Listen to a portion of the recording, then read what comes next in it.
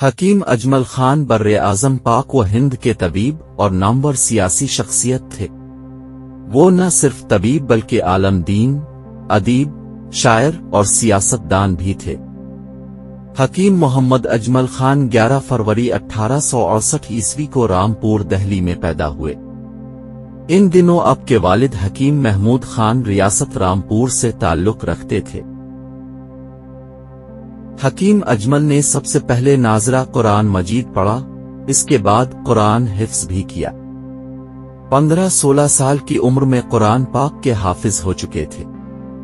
عربی صرف و نحو اور ابتدائی کتابیں مولانا صدیق احمد دہلوی اور حکیم جمیل الدین سے پڑھے۔ باقاعدہ طور پر کوئی مروجہ رسمی امتحان پاس نہیں کیا، لیکن علوم میں تھوڑے عرصے میں کافی مہارت حاصل کر لی۔ ابتدا ہی سے اب خوش نویسی کی جانب مائل تھے۔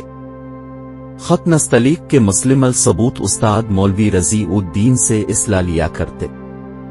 خط نسخ اور خط ثلث میں وہ مہارت حاصل کی کہ بڑے بڑے اساتذہ فن نے آپ کی اعلیٰ خوش نویسی کا اعتراف کیا۔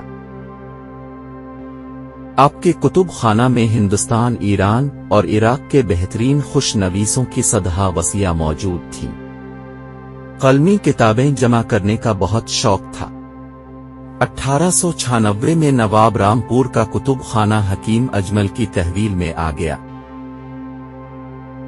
9 برس کی قلیل مدت میں اپنے اس شہرہ آفاق کتب خانہ میں جمع شدہ کتابوں کا مطالعہ کر لیا۔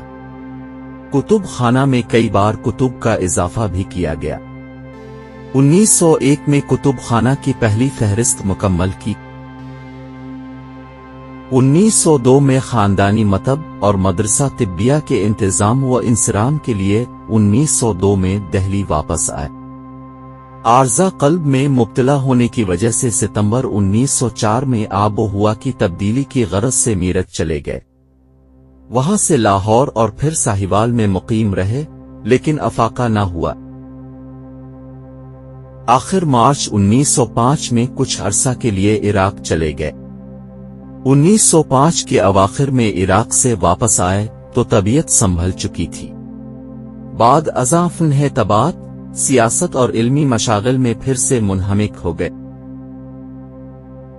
حکیم محمد اجمل خان بے مثل طبیب ہی نہیں، دردمند سیاسی رہنما، ادیب، شاعر اور عالم دین بھی تھے۔ طبیہ کالج دہلی اور ہندوستان دواخانہ الکیمیا کے ذریعے علم طب کو قوم کی ملکیت بنا گئے۔ اپنی زندگی ملک کی آزادی، بھائی چارے کی تعلیم، طب یونانی کی تعلیم کو سائنسی بنیادوں پر استوار کرنے اور قومی تعلیمی اداروں کی حالت بہتر بنانے میں گزاری۔ تحریک آزادی ہند میں بھرپور حصہ لیا۔ طبیہ کالج کے قیام کے ساتھ ساتھ جامعہ ملیہ کو چلانے کی ذمہ داری بھی سنبھالی اور 7 سال تک اس کے چانسلر رہے۔ تحریک عدم تعاون ناکام ہونے کے بعد جب ہندو اور مسلمان آپس میں لڑنے لگے تو حکیم صاحب نے دونوں قوموں میں اتفاق و اتحاد پیدا کرنے کی کوششیں کی۔ 29 دسمبر 1927 کو دہلی میں وفات پائی۔ ویڈیو کو لائک اور شیئر کریں اور چینل کو سبسکرائب کریں۔